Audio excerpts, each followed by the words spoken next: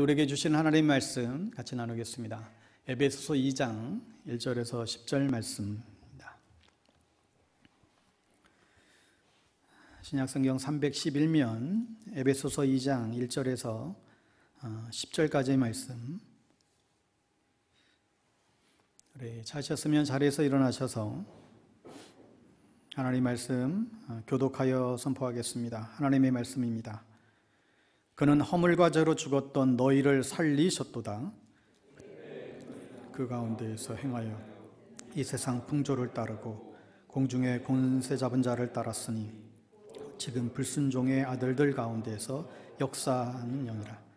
전에는 우리도 다 그 가운데서 우리 육체의 욕심을 따라 지내며 육체와 마음이 원하는 것을 하여 다른 이들과 같이 본질상 진노의 자녀였더니 긍휼이 풍성하신 하나님이 우리를 사랑하신 그 큰 사랑을 인하여 허물로 죽은 우리를 그리스도와 함께 살리셨고 너희는 은혜로 구원을 받은 것이라. 또 함께 일으키사 그리스도 예수 안에서 함께 하늘에 앉히시니 이는 그리스도 예수 안에서 우리에게 자비하심으로써 그 은혜의 지극히 풍성함을 오는 여러 세대에 나타내려 하심이라. 너희는 그 은혜에 인하여 믿음으로 말미암아 구원을 받았으니 이것은 너희에게서 난 것이 아니요 하나님의 선물이라. 행위에서 난 것이 아니니 이는 누구든지 자랑하지 못하게 함이라. 우리는 그가 만드신 바라 그리스도 예수 안에서 선한 일을 위하여 지으심을 받은 자니 이 일은 하나님이 전에 예비하사 우리로 그 가운데에서 행하게 하려 하심이니라. 아멘.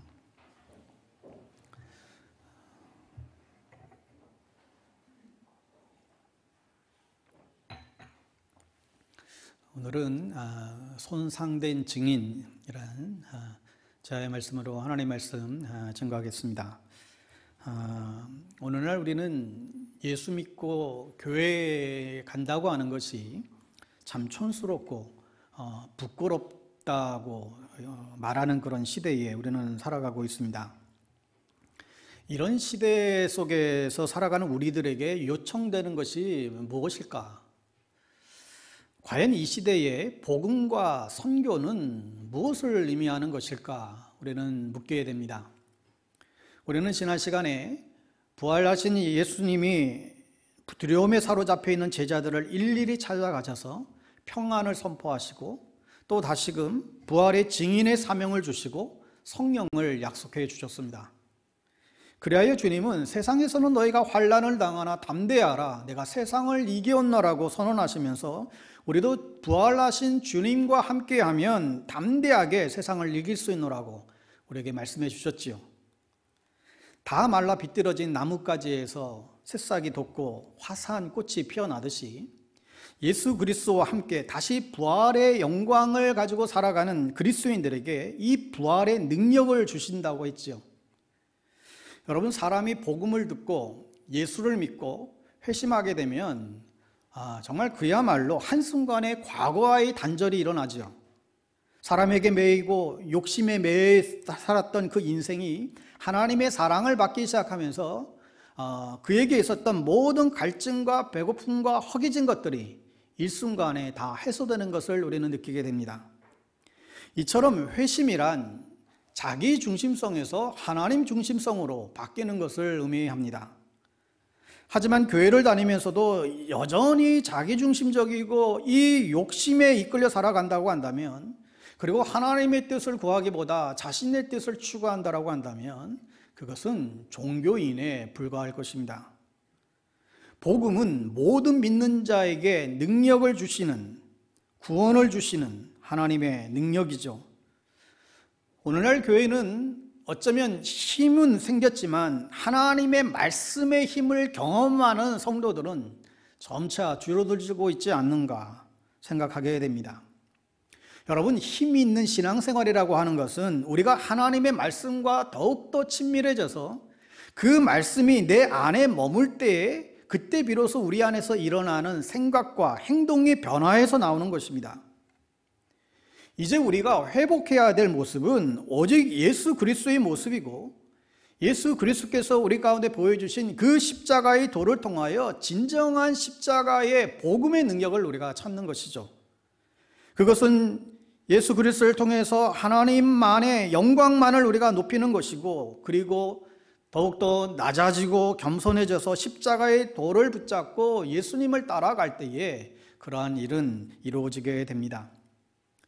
이에 우리는 부활의 사건을 선포하는 행위보다도 더 중요한 것이 부활의 증인들의 자질에 있지 않나, 우리는 여기에 오늘 좀 초점을 맞추고자 합니다. 부활의 사건을 선포하는 행위도 중요하지만 더 중요한 것이 부활의 증인들의 자질이 더 중요하다는 것을 놓치지 말아야 됩니다. 예수님의 본을 쫓는 이 증인의 삶을 통하여서 이 세상의 복음의 가치와 의미가 비로소 정직하게 드러나기 때문에 그렇지요. 여러분, 오늘날 이 시대에 이 복음과 이 선교, 진정으로 필요한 이 복음과 선교가 무엇일까? 여러분, 복음은 세월이 아무리 흘러도 변함이 없는 복음입니다. 예수님이 십자가 죽음과 부활의 사건으로 인해서 죄와 허물로 죽었던 인생들이 다시금 새 생명을 얻고 천국 시민으로 살아갈 수 있는 길을 열어주셨지요.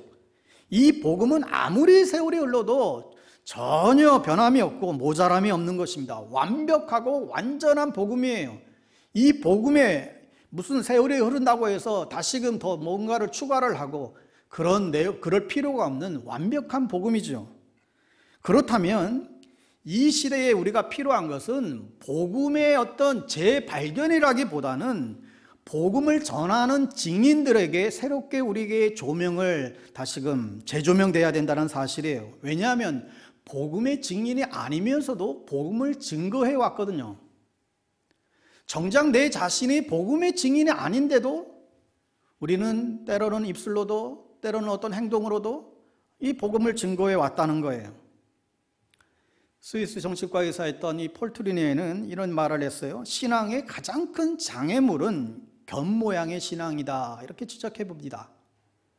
어떤 외형이나 의식이나 종교나 관습이나 전통이나 어떤 예배의 모든 게 있지만 이 실제의 내용과 본질이 이제 결핍된 이런 교회 생활만 하는 사람들이 의외로 많다는 거예요.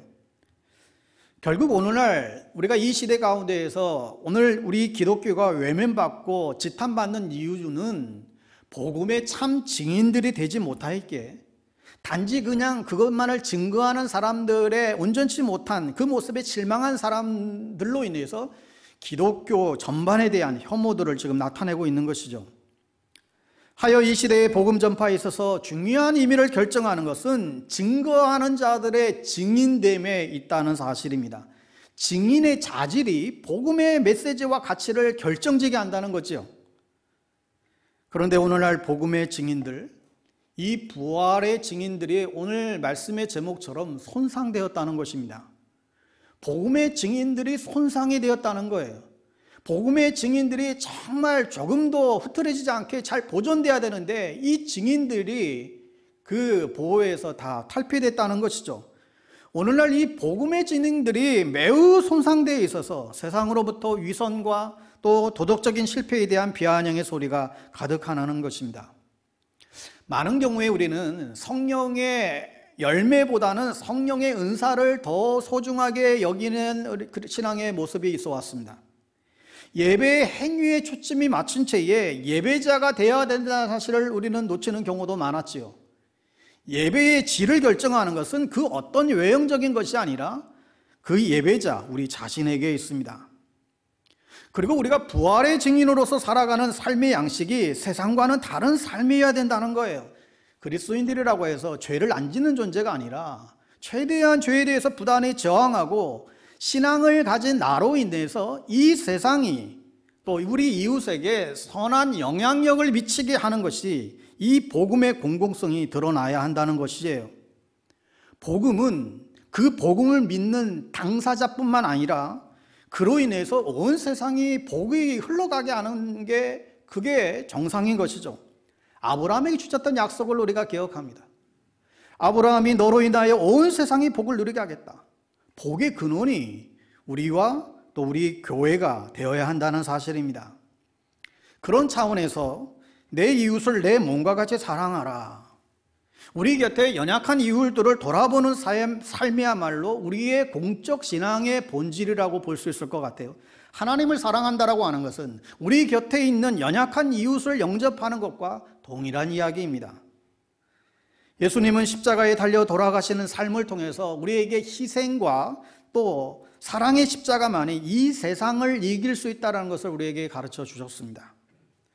여러분, 골로새서 3장 1절 2절 말씀을 우리가 좀 보고 가기 원합니다. 골로새서 3장 1절 2절 우리 공동번역으로 우리 화면을 통해서 같이 읽습니다. 시작. 이제 여러분은 그리스도와 함께 다시 살아났으니 천상의 것들을 추구하십시오. 거기에서 그리스도는 하나님의 오른편에 앉아 계십니다. 여러분은 지상에 있는 것들에 마음을 두지 말고 천상에 있는 것들에 마음을 두십시오. 그리스도와 함께 살았으니 이제 살아날 사람들이니 이제 천상의 것을 추구해라. 우리가 나아가야 될 방향을 분명하게 제시해주고 있죠. 여러분, 부활은 그리스도인들에게 어떻게 해야 될지, 어떤 삶을 살아야 될지 분명하게 우리 가운데 제시해주고 있습니다. 무엇보다도 부활을 믿고 소망하는 자들에게 능력을 주신다는 거예요. 두려워서 떨었던 제자들을 찾아가서 그들의 가슴에 불을 붙여주어서 뛰쳐나가게 했던 것처럼 그것은 부활하신 그 주님이었지요. 그들은 십자가에 무너졌지만 살아계신 그 주님을 만나고 나서 결코 이전과 같을 수가 없었습니다. 무력했던 자들이 무력하지 않은 자로, 능력 있는 자들로 변화가 일어났죠.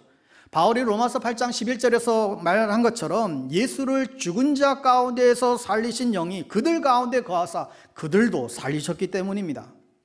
그런데 이 복음의 능력은 억울한 이 세상 가운데에서, 이 부조리한 이 세상 가운데에서 그 어둠의 그 나쁜 세력들을 물리치고 또 그 세상 가운데에서 성공하고 출세를 보장하는 그런 능력이 결코 아님을 알게 됩니다. 여러분, 복음의 차별성은 번영이나 우리의 어떤 세상적인 성공과는 아무런 상관이 없습니다. 오히려 가진 게 쥐뿔도 없는 사람이 그들에게 평화를 누리는 것이 복음의 차별성이에요. 복음의 원리는 어떤 힘 있는 기독교가 아니라 십자가의 도에 있다는 거예요. 십자가의 도는 어떤 힘을 통해서 자기 과시의 원리가 아닙니다. 오히려 그와는 정반대로 십자가를 통한 자기 부인이고 자기를 묵묵히 내어줌으로 사랑의 길, 생명의 길을 걸어가는 진정한 섬김과 희생의 삶에 있다는 것을 성경은 계속해서 우리에게 고발하고 있습니다. 예수를 믿으면 잘 살고 자녀들도 잘 출세하고, 여러분, 이것은 복음이 아닙니다. 이것은 복음 자체를 어떻게 보면 뒤틀어버리는 거예요. 우리는 복음을 분명히 알고 복음의 증인으로 합당한 삶을 통하여 이 세상을 살리는 삶을 살아가야 됩니다. 여러분, 우리가 잘 먹고 잘 사는 것이 복이면 그야말로 예수님은 복이 없는 자이죠. 오래 사는 것이 복이면 참 예수는 복이 없습니다. 잘 죽는 것이 복이면 참 예수님은 복이 없습니다. 예수는 세상의 복이 아니라 예수는 길이고 진리고 생명인 것이죠. 여러분, 세상에서 소위 인류대학에 가는 자녀들 가운데에 예수 믿는 사람들이 많겠습니까? 안 믿는 사람들이 더 많을까요? 예수를 안 믿는 자녀들이 훨씬 더 많을 것입니다. 여러분, 세상에 부자들 가운데에 예수 믿는 사람들이 많겠습니까? 예수 안 믿는 사람들이 더 많겠습니까? 안 믿는 자들이 훨씬 더 많습니다. 그것은 우리들의 신실한 믿음에 대한 하나님의 보상이 아니라 일반 은총의 차원에서 어떤 사람들에게는 많은 돈을 맡기시고 어떤 사람에게는 많은 지식과 또한 어떤 권력을 주기도 하는 것이죠. 다른 종교를 믿어도 하나님의 일반 은총 영역 속에서 얼마든지 성실하게 땀 흘리면 부자가 될 수가 있지요. 하여 우리가 예수를 잘 믿었더니 부자가 되더라. 이것은 굉장한 오해의 여지가 있습니다. 왜냐하면 신실하게 예수를 믿는 사람들 가운데에 여전히 오랫동안 고난으로 가득한 인생들이 우리 주변에도 너무나 많기 때문이죠. 바울은 되려 이 환난을 통해서 믿음의 심지가 돈독한 신앙의 인격을 연마해 가라고, 우리가 믿음을 통하여 더욱더 연단하라고 말씀해 주기도 하고 있지요. 그러니까 분별력이 필요하다는 거예요. 우리는 넓은 문이 아니라 좁은 문, 넓은 길이 아니라 좁은 길로 가는 길이 구원의 천국으로 인도하는 길이라고 하는 이 역설적인 복음의 가치를 이해하지 못하는 사람들에게는 정말 복음이 정말 복음일까? 우리는 물어야 하게 됩니다. 그렇다고 우리 그리스도인들은 반드시 고난을 받으면서 살라는 말도 아닙니다. 복음은 모든 상황에서 일비하지 않는다는 것이죠. 고난 또한 하나님이 주신 축복과 은혜의 통로라는 사실을 깨닫게 된다는 것입니다. 세상에서 추구하는 똑같은 가치로 어떤 비교 우위를 통해서 복음을 설명하는 것은 그것은 복음을 왜곡하는 것이고 이것은 변질된 기독교를 우리에게 조장할 뿐이죠. 복음을 통하여 주님께 회개하고 돌이키는 회심이 아니라 단순히 개종하여서 내 마음의 위로함을 얻고자 교회를 다니는 것에 불과한다고 한다면 여러분 거기에는 결코 복음의 능력은 나타나지 않습니다. 기독교의 힘은 변화된 성도들의 삶에서 나오는 거예요. 기독교가 추구하는 하나님의 나라는 세상을 지배하는 세상과 똑같은 내용의 힘이 세상에서 교회로 옮겨지는 그게 아니라는 거죠. 내가 비록 태산을 넘어 헝곡에 갈지라도 부활하신 주님과 함께하는 자들에게는 이 샬롬, 평강이 임하는 것이 복음의 능력이에요. 좁은 길을 걸으며 밤낮 기뻐하는 것, 이게 주의 성령을 받은 자들의 삶이라는 것입니다. 그러나 우리가 입만 열면 우리는 십자가를 외치지만 정작 우리는 우리 주변에 고통받는 이웃들에 대해서 눈을 돌리지 않습니다. 예수 믿는 사람들이 제일 이기적이라는 말들을 우리는 계속해서 아직도 듣고 있습니다. 세상에 이렇게 교회가 많은데 정작 십자가의 길, 좁은 길, 고통당하는 자들과 함께하는 교회는 사실 찾아보기 쉽지 않은 게 우리의 부끄러움이 있습니다. 몇 해 전에 어느 중국 교포가 한국 교회를 방문하고 돌아가면서 이런 도전적인 의미 있는 말을 남겼어요. 지금 중국의 공산정권 밑에서도 신앙생활을 하는 우리들은 살아계신 예수를 믿고 있는데 한국에 와봤더니 한국교회 성도들은 단순히 귀족적인 양반 예수를 믿고 있다. 이 차이를 발견하고 간다고 일가를 했죠. 예수를 믿는다고 하지만 믿지 않을 때와 크게 다르지 않는 우리의 모습은 우리를 슬프게 하고 있습니다. 그동안 교회는 물량주의에 빠져서 마치 올림픽의 모토인 더 높이, 더 빨리, 더 강하게 이 가치관을 마치 믿음으로 착각한 세월이 그동안 너무나 길어왔어요. 그러니 예수님의 목회하는 상관없는 일들을 열심히 잘하려고 우리는 열심을 내고 달려온 것이죠. 앞으로는 정말 우리가 더 낮아지고 더 천천히 더 약함 속으로 들어가는 훈련들이 우리에게는 너무나 절대적으로 필요한 이 시기를 우리는 보고 있습니다. 우리가 이러한 복음에 합당한 가치를 가지고 살아왔다고 한다면 여러분 결코 기독교라는 소리를 들을까요? 그렇지 않았을 거예요. 우리가 정말 바른 복음의 증인이 되었다라고 한다면 우리를 통해서 어떻든 세상은 조금이라도 변하고 있겠지요. 오늘 읽었던 본문을 보면 2000년 전에 바울이 에베소 교회를 향한 편지인데 어쩌면 오늘날의 우리의 현상과도 비슷한 부분들이 일치되는 부분들이 많이 있어요. 너희는 그 가운데에서 행하여 이 세상 풍조를 따르고 공중의 권세 잡는 자를 따랐으니 곧 지금 불순종의 아들들 가운데 역사하는 영이라. 공중 권세를 잡은 자가 이 사탄이잖아요.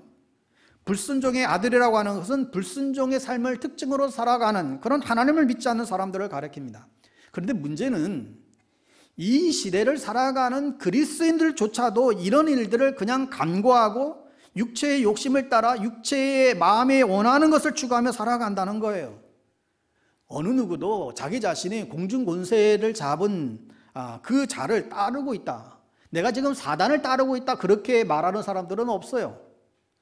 설마 내가 예수 믿기 전에도 설마 내가 하나님 모른다 했잖아. 내가 지금 무슨 사탄을 내가 따랐나? 이렇게 쉽게 생각할지 모르는데 근데 성경은 우리가 그랬다라고 분명하게 얘기하고 있습니다. 그러면 이 세상의 풍조를 따랐다는 게 무엇을 의미하는 걸까요? 가장 대표적인 것이 물질주의와 성공주의예요. 아무리 얘기해도 여기서 우리는 벗어나지 못합니다. 물질이 많으면 인생의 행복을 가져오고 물질을 많이 획득한 사람들이 인생에서 성공한 사람이라고 여기는 이 사상이 이 세상의 풍조인 것이죠. 세상 모든 사람들은 다 그렇게 되기를 원하고 이걸 취하지 못하면 세상에 낙오자가 되는 것처럼 사람들은 인식을 하는데 누구도 반박하지 않습니다.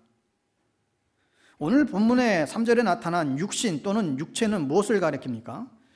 전에는 우리도 다 그 가운데서 우리 육체의 욕심을 따라 지내며 육체와 마음에 원하는 것을 나여 다른 이들과 같이 본질상 진노의 자녀였더니, 이 육체라고 한 말이 두 번 나오는데, 이 육체로 번역된 말은 우리의 이 신체, 몸을 가리키는 말이 아니라 육체는 하나님이 창조하시고 또 우리는 피조물로서의 어떤 연약한 어떤 제한성을 가진 그 육신을 말하는 거예요. 그런데 성경에 보면 성경에서 이 육체가 부정적으로 사용될 때들이 많아요. 이 육체가 육신이 부정적으로 사용될 때는 인간이 하나님 없이도 살도록 잘 훈련된 인간의 인격과 기능들을 가리켜서 육신이라고 부르게 됩니다. 무슨 얘기인가 하면, 여러분, 우리 인간은 하나님이 창조하셨죠. 그리고 인간은 하나님께 절대 의존하는 존재로 그렇게 만드셨습니다.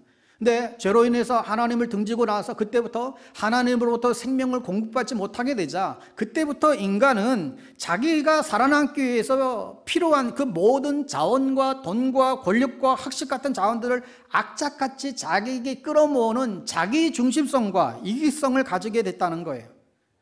그렇게 인간이 하나님 없이도 살아갈 수 있도록 오랫동안 이게 습관이 되어버렸는데, 이게 육신이라는 것입니다. 여러분, 그래서 우리 안에는 육신적인 생각, 육신적인 마음, 육신적인 습관, 육신적인 감정, 이 육신의 결정과 여러 가지 육신적인 것들이 아직도 우리를 지배하고 있다는 거예요. 하여 우리는 예수를 믿는데도 여전히 하나님 없이 살아가는 그런 인격의 습관들과 기능들이 내 몸속에 깊이 배어 있음을 보게 됩니다. 여기에 우리는 많은 어려움을 겪죠.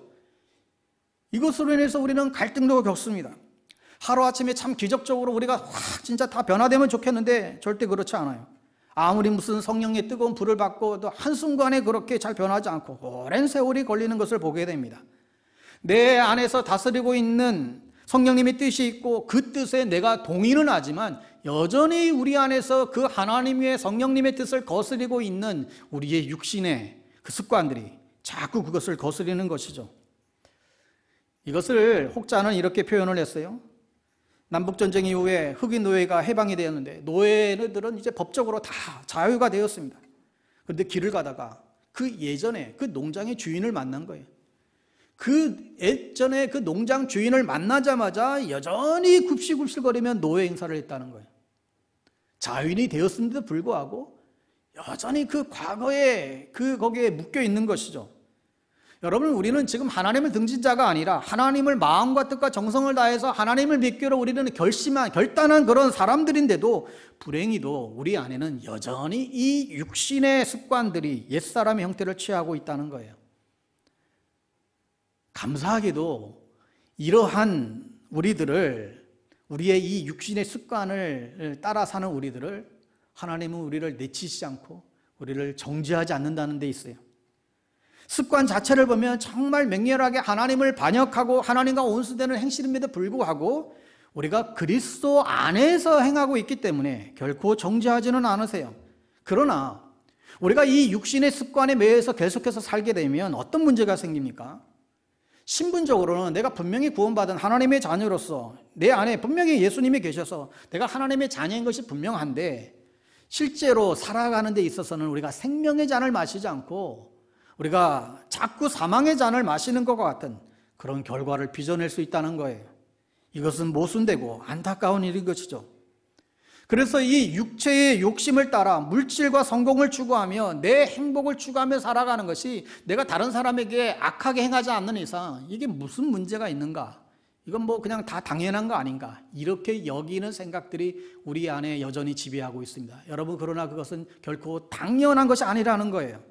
여러분, 예를 들어서 성공하고 출세해야 행복하게 된다는 이 가치관은 경쟁에서 1등만 기억하는 이 세상에서 사회의 수많은 낙오자와 정신이상자들과 극도의 이기자들을 배출해냈습니다. 혹자는 엄마는 자녀들이 제일 먼저 만나는 거짓 선지자다, 이런 표현을 했어요. 이 사회의 모든 구성원들이 이렇게 자라나게 된 가장 밑바닥에는 부모가 있다는 거예요. 자녀들이 어릴 때부터 부모들은 이 세상에서 살아남을 수 있는 경쟁력 있는 자녀로 기르기 위해서 노심초사합니다. 경쟁 사회에서 살아남지 못할까 걱정한다고 하는데, 거기 보면 사실 부모들의 자기 실현의 욕구가 굉장히 많을 때가 있죠. 부모의 무슨 소원과 바람 자체가 이게 무슨 뭐 나쁜 것일 수는 없겠지만 여러분, 그러나 우리가 모르는 것이 있습니다. 하나님을 모르는 세상이라고 한다면 뭐 그저 뭐 당연할 수 있겠지만, 여러분, 우리는 하나님을 믿고 있어요. 그러면 하나님께서 우리 자녀들을 이 세상 가운데 보낼 때에 그냥 보내지 않습니다. 분명한 계획이 있으실 거예요. 하나님이 우리와 우리의 자녀들을 세상에 보내실 때는 하나님의 놀라운 계획이 있다는 거예요. 에베소서 1장의 말씀대로 우리가 존재하지 않을 때부터 하나님은 우리를 마음속에 품고 계셨고 사랑하고 계셨다 했습니다. 그리고 이 시대의 부모를 통해 자녀들을 세상에 보낼 때는 하나님의 분명한 목적이 계실 것입니다. 여러분, 목수도 의자를 만들 때에 목적을 가지고 있는데, 하나님이 고귀한 그 인간을 만들고 세상에 보내실 때 하나님의 위대한 목적이 없겠습니까? 그러면 목적이 있는 하나님께서 이 아이들을 양육하고 인도하고 보호하고 그들의 알맞은 꼴을 공급하지 않으시겠어요? 물론 인간이 부모라는 이 대리자를 통해서 하나님께서 일하시지만, 너무나 자주 부모는 자신의 불안함 때문에, 부모가 겪어온 자신의 어떤 삶의 환경 때문에 하나님 그 뜻과 전혀 무관한 욕심으로 자녀들을 양육하고 계획하기가 십상이라는 거예요. 그런데 불행히도 자녀에게 있어서 부모는 너무나 중요한 존재이고 상상 이상으로 부모에게 엄청난 영향을 받고 자라죠. 엄마는 자녀들에게 있어서 정말 세상에서 태어나 제일 먼저 만나는 거짓 선지자와 같아요. 그래서 이 거짓 선지자가 이 순전한 이 아이들을 어릴 때부터 양육을 해서 험한 세상에서 너희들이 성공하려면, 험한 세상에서 너희들이 이겨나려면 이 정도로 해서는 택도 없다라고 하면서 아이들을 몰아치게 되는 것이죠. 모든 부분에서 뛰어난 사람을 만들려고 부모들은 안달을 부립니다. 예수 믿는 부모들은 거기다가 신앙교육까지 얹어요. 열심히 예수 믿고 기도해서 세상에서 성공과 출세를 해야 한다고 채근하니 아이들이 혼동이 옵니다. 예수 믿는 게 뭘까? 세상에서 경쟁에서 이겨서 좋은 직업과 학부를 가지는 것이 인생의 성공이고 하나님의 축복이라고 여기며 아이들을 가르쳤기 때문에 나중에 가면 아이들에게 있어 신앙은 액세서리에 불과한 것이 되고 마는 거예요. 많은 사람들이 그렇게 외칩니다. 목사도 크리스찬들도 출세해야 된다고 외칩니다. 높은 자리에 올라가고 또 박사학위도 받고 높아진 다음에 좀 편하게 좀 많은 것을 갖고 있어야 그렇게 폼나게 남들도 도와야 되는 게 아닌가, 그렇게 얘기들을 합니다. 그런데 참 모르는 이야기죠. 왜냐하면 한 사람이 그 치열한 경쟁 구조를 뚫고 소위 상위 몇 프로에 들어가기 위해서는 많은 것을 희생하게 되는데, 무엇보다도 사람이 가진 그 인간성의 많은 부분들을 망가뜨리게 된다는 거예요. 여러분, 우리의 자녀들이 그래도 이왕이면 재벌 기업의 직원이 되거나 의사나 법관이나 변호사나 이런 걸 되기를 다 원하는데, 여러분, 정작 그런 사람들은 이 사회의 소수 아니겠어요? 몇 프로나 될까요? 그런데 모든 자녀들은 다 자기 자녀들이 그렇게 되기를 원해요. 여러분, 그렇다 보니까 정말 사람이 치사해집니다. 아이들이 요즘 노트도 옆 친구에게 빌려주지 않는다고 그러잖아요. 자기는 컨닝해도 컨닝한 것을 옆에 산 친구에는 보여주지 않아요.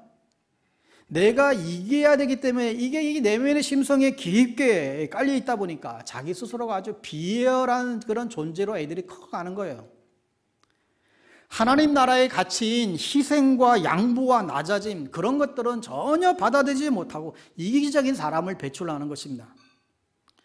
제가 몇 번 얘기했는데, 오래전에 섬기던 교회에서 한 집사님이 계셨는데 오랜만에 자기 아들을 데리고 와서는 여기 사람들한테 자기 아들 자랑하기 바빠요. 우리 서울대학교 다니는 우리 아들 아무개라고. 저보고도 데리고 와서, 목사님, 내 아들 앞으로 큰일 할 사람입니다. 집사님, 그대로 두면 큰일 낼 놈입니다 그랬어요. 세상적으로 아무리 성공해도 하나님과 아무런 상관이 없다라고 한다면 그 무슨 소용이 있겠어요? 여러분, 우리의 사명은 이 땅 가운데 하나님의 나라를 세우는 데 있습니다. 하나님의 나라에서는 모든 것이 이 세상의 가치와 완전히 바뀌는 곳이에요. 이 세상에서 추구하는 그것을 고스란히 껴안은 채 하나님을 잘 믿는다고 말하는 것은 큰 문제가 있습니다. 때로 우리들은 열정적인 예배, 때로는 열심으로 봉사하고 또 열심으로 헌금하고 그러면 신앙이 좋다라고 생각합니다. 물론 그것은 우리가 신앙이 좋을 때 나타나는 현상일 수는 있어요. 여러분, 그러나 그 모습이 그 사람의 신앙이 올바르다고 담보할 수는 없습니다. 여러분, 도대체 우리는 어떤 기독교를 믿고 있는 것일까요? 우리가 믿고 있는 기독교는 과연 뭘까요? 늘 이것을 점검하셔야 됩니다. 로마서 14장 7절 말씀대로 하나님의 나라는 먹는 것과 마시는 것이 아니요 오직 성령 안에서 의와 평강과 희락이라. 이 먹고 마시는 것이 아니라 이것은 물질적이고 가시적인 것이 아니라 영적이라는 것이죠. 그래서 성령님 안에서 이 평안과 기쁨을 누리는 것은 굉장히 소중한 가치임을 우리가 놓치지 말아야 됩니다. 많이 소유할수록 우리들의 삶에 행복을 줄 것이라고 착각하게 만든다고 한다면 여러분, 그것은 거짓된 안정감이죠. 오히려 주님 안에서 누리는 이 평안과 기쁨은 세상이 빼앗을 수 없고 세상이 정말 환경에 좌우되지 않는 진정한 우리의 행복과 안전을 담보하는 것임을 우리는 보게 됩니다.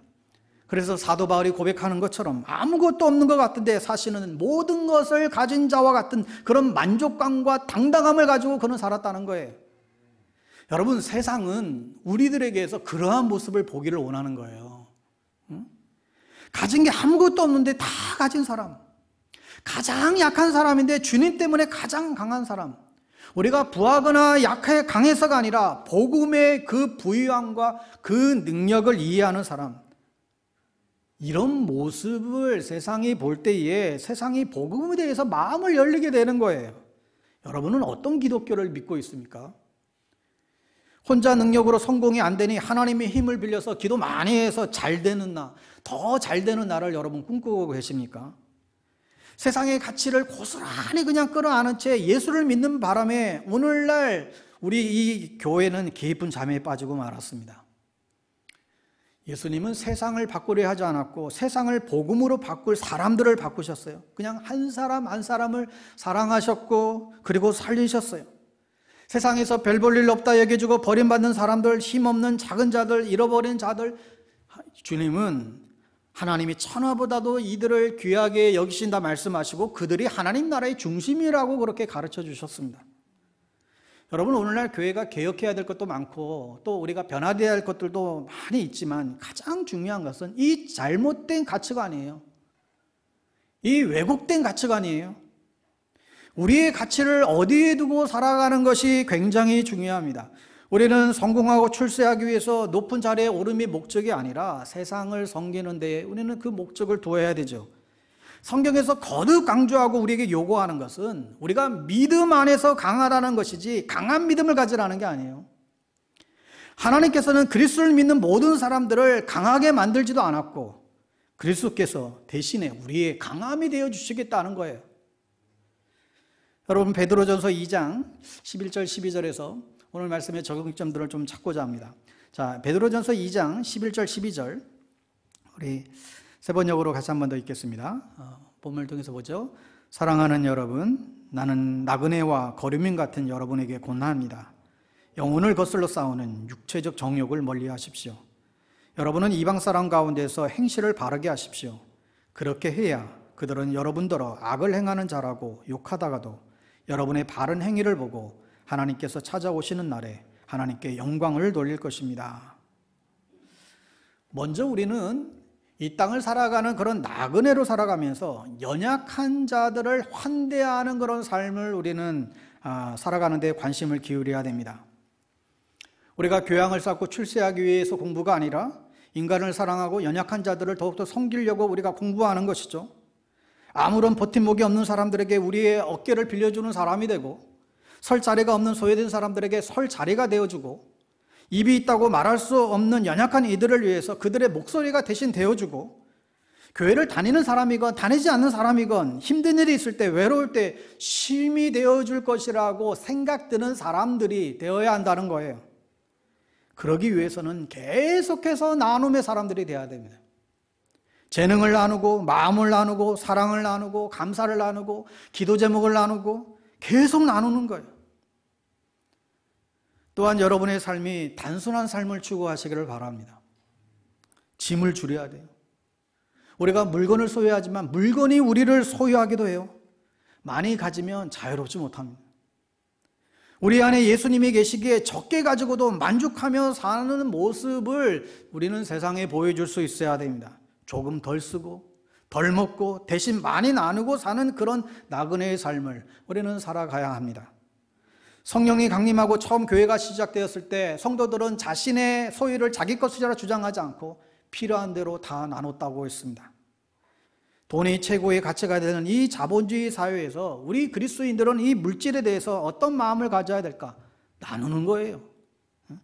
여러분의 재능, 지식, 물질 하나님께서 우리에게 청지기로 맡겨주신 것입니다. 그러니 나의 것으로 움켜쥐는 것으로 여기지 마시고 세상과 나눌 수 있기를 바라요. 섬김의 도구로 여러분의 재능을 나누시기를 바랍니다. 마태복음 7장 21절에 보면 나더러 주여 주여 하는 자마다 천국에 다 들어가는 것이 아니요 다만 하나님에 계신 내 아버지의 뜻대로 행하는 자라에 들어가리라. 여러분, 세상은요 이제는 우리의 말로 변하지 않습니다. 우리가 아무리 아름답고 거룩한 말을 떠벌려도 그거 듣고 세상은 변하지 않습니다. 우리가 거룩한 하나님의 백성으로 말이 아닌 이제는 행동으로 우리가 그리스도임을 각자의 자리에서 묵묵히 실천해 나가야만 세상은 변화의 시작을 가져오게 됩니다. 분명한 복음을 알고 하나님과의 관계 때문에 이 세상의 풍조를 과감하게 거부하고 여러분 성경적인 가치관을 가지고 살아가시기 바랍니다. 우리는 이 땅에 속한 사람이 아니라 하늘에 속한 사람이다. 우리의 신분은 지금 대한민국 사람이지만 그저 그것은 종이 서류에 불과할 뿐 우리는 하늘에 속한 천국 시민권자들이죠. 그래서 바울은 자신이 그동안에 가졌던 성공과 명예와 쾌락과 정력 이 모든 것을 분토처럼 여겼다. 그리고 정말로 그렇게 살았기에 자신의 그동안에 쌓아왔던 그 혈통과 학벌과 재산과 명예를 주저함 없이 다 내려놓고 예수님을 따르는 사람이 되었습니다. 여러분, 우리가 놓치지 말아야 할 것은 하나님이 우리의 인생을 책임져 주시고 이끌어갈 때 그때 가장 행복한 인생을 살아갈 수 있다. 이 사실을 기억해야 한다는 거예요. 하나님이 우리 인생을 책임지시고 이끌어 가실 때 우리는 가장 행복한 삶을 산다. 아멘. 어떤 경우에도 내가 죽고 예수님이 사시는 방향으로 여러분 살게 되면 어떤 경우에도 패하지 않고 승리하게 될 것입니다. 하여 우리의 기도는 하나님을 기쁘시게 하기 위한 삶이 뭘까? 어떻게 하면 하나님을 기쁘시게 하는 삶을 살까? 여기에 모든 것이 초점이 모아져 있죠. 에베소서 오늘 1장 10절 말씀 마지막으로 더 보죠. 10절 같이 읽습니다. 우리는 그가 만드신 바라 그리스도 예수 안에서 선한 일을 위하여 지으심을 받은 자니 이 일은 하나님이 전에 예비하사 우리로 그 가운데에서 행하게 하려 하심이니라. 우리들의 사명은 선한 일을 하는 데 있습니다. 선한 일이란 복음의 증인이 되는 것입니다. 그리고 우리의 이웃들 또 그들을 돌보고 사랑하는 것입니다. 이것을 이루라고 성도로 부르시고 교회로 우리를 부르신 거예요. 오늘날 손상된 증인들로 인해서 복음이 가로막히고 하나님의 영광을 정말 드러내기보다는 오히려 주님을 욕되게 하는 모습들이 우리에게 얼마나 많습니까? 우리 교회가 더욱더 복음적이기 위해서 과감하게 바리새적인 그런 문화를 거부해야 되겠습니다. 그러기 위해서 교회가 가난한 심령을 기뻐하시는 그 아버지의 마음으로 우리가 충만해져야만 합니다. 우리를 성도되게 하시고 교회를 이루게 하신 것은 그 하나님의 뜻이 선한 일을 하게 하려는 것을 깨닫고 선한 행실과 삶으로 하나님의 뜻을 이루어가는 여러분 될 수 있게 되기를 바랍니다. 우리의 삶의 목적은 하나님을 사랑하고 하나님께 영광을 돌리는 데 있어요. 우리가 하나님의 영광을 드러내는 삶을 살기 위해서 무엇보다도 예수 그리스도와 연합한 삶을 여러분 살아야 됩니다. 우리의 힘과 능력으로는 하나님의 영광을 나타낼 수 없지만 예수님의 죽음이 나의 죽음이요 그분의 부활이 나의 부활이자 영광이 되듯이 예수님의 삶과 말씀을 쫓아가는 삶을 살아갈 때에 여러분을 통하여 이 땅에 하나님의 나라가 온전히 이루어지게 될 것이라 분명히 믿습니다. 아멘. 이 시간 우리 찬양하고 기도하지요. 오늘 참 찬양의 가사가 마음에 와닿습니다. 주의 손에 나의 손을 포개고 또 주의 발에 나의 발을 포개요. 나 주와 함께 죽고 나 주와 함께 살리라. 영원토록 주 위에 살리라. 우리 믿음으로 이 찬양 고백하며 결단하며 나가기를 원합니다.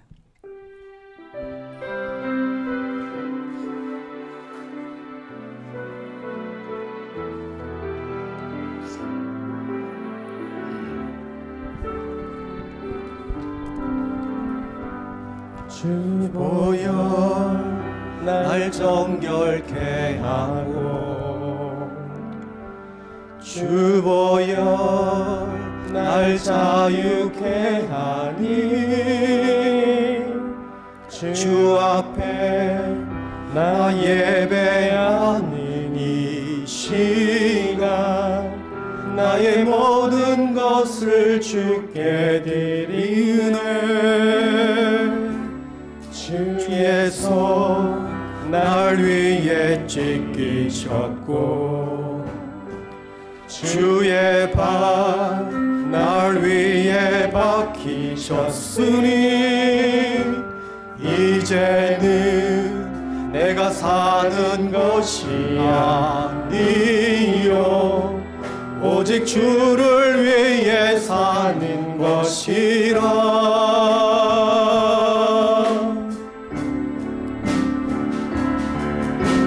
주의 손에 나의 손을 포개고 또 주의 발에 나의 발을 포개요.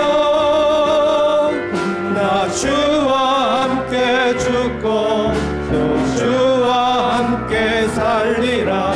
영원토록 주 위에 살리라. 주의 손에 나의 손을 포개고 또 주의 발에 나의 발을 포개요. 나 주와 함께 죽고 또 주와 함께 살리라.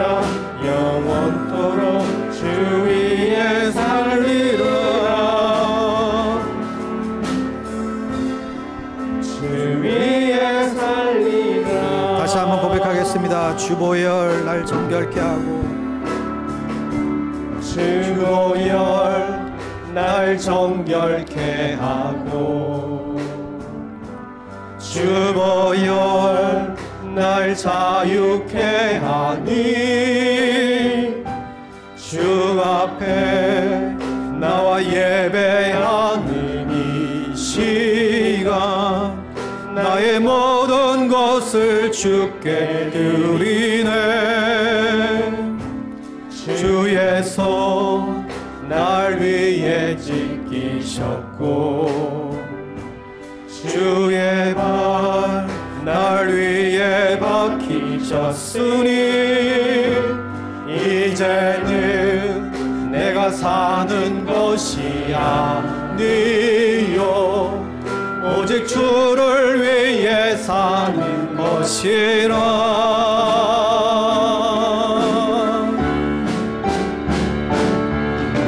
주의 손에 나의 손을 포개고 또 주의 발에 나의 발을 포개요. 나 주와 함께 죽고 또 주와 함께 살리라. 영원토록 주 위에 살리라. 주의 손에 나의 손을 포개고 또 주의 발에 나의 발을 포개요. 나 주와 함께 죽고 또 주와 함께 살리라. 영원토록 주 위에 살리라. 주 위에 살리라.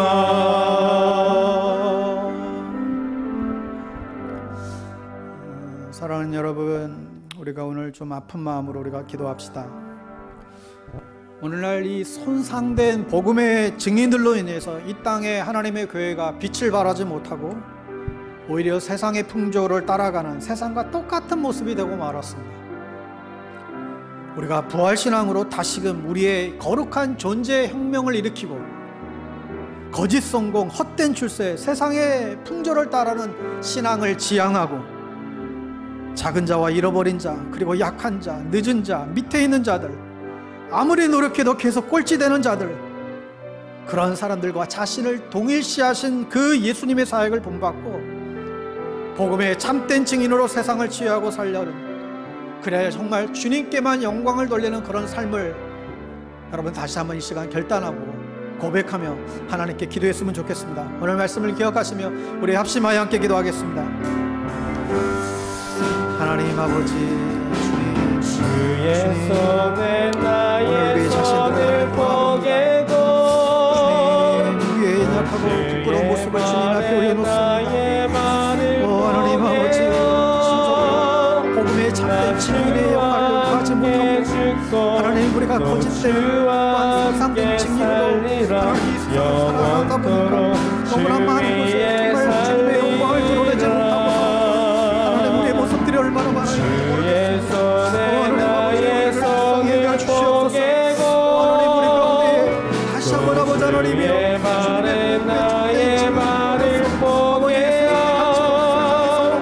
참된 증인으로 진정으로 아버지 주님 말씀의 가르침과 주님 걸어가신 그 길들을 움직이고 걸어가는 저희들 될 수 있도록 주님 인도하여 주시옵소서. 하나님 아버지, 하나님 그리하여 세상을 아버지를 펴시고 아버지 하나님이여 세상의 방법을 하나님 나라의 방법으로 세상을 펴시고 하나님 이 땅에 하나님 나라를 앞당겨 나가는 하나님 믿음의 사람들과 믿음의 교회들이 되어 수 있도록 주님 인도해 주시게 되기를 간절히 원합니다. 하나님 그리하여 이 무너지고 이 깨어진 이 세상을 다시금 새롭게 하고 치유하고 주님 앞에 달려나아갈 수 있도록 하나님 주의 백성들 되어줄 수 있도록 주님 인도해 주시게 되기를 간절히 바랍니다. 하나님, 우리에게 가려졌던 눈이 열리게 하여 주옵소서. 우리 안에 아버지 하나님의 참으로 아버지 하나님 거짓되게 인술려봤던 우리의 모든 생각과 우리의 모든 마음의 먹구름들을 주님께서 제거해 주시고 참된 복음의 빛을 우리에게 발하여 주셔서 진정으로 하나님 앞에 주님의 구비하신 분을 나오신 그분들을 불잡고 달려나아갈 수 있는 하나님의 백성들 되어줄 수 있도록 주님 인도하시고 하나님, 우리를 그렇게 붙잡아 주시옵소서. 아버지 하나님, 주님 그렇게 살기를 원합니다. 주여 그렇게 살기를 원합니다. 주님 그렇게 살 수 있도록 저희들에게 힘과 능력과 권능을 더하여 주시옵소서. 아버지 주님 역사해 주시옵소서.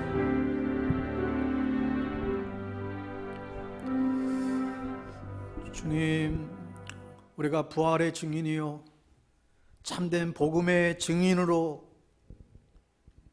회복될 수 있게 되기를 간절히 소망합니다. 세상의 풍조를 따라가지 않게 하시고 세상을 거스러 올라가는 그런 신앙적인 가치관이 우리를 지배하게 하시고 그것이 세상을 이기는 힘이 될 수 있도록 저희들을 붙잡아 주시옵소서. 예수님의 이름으로 기도드리옵나이다. 아멘. 모두 자리에서 일어나셔서 찬송가 502장 1절 2절 이렇게 찬양하고 축도로 마치겠습니다.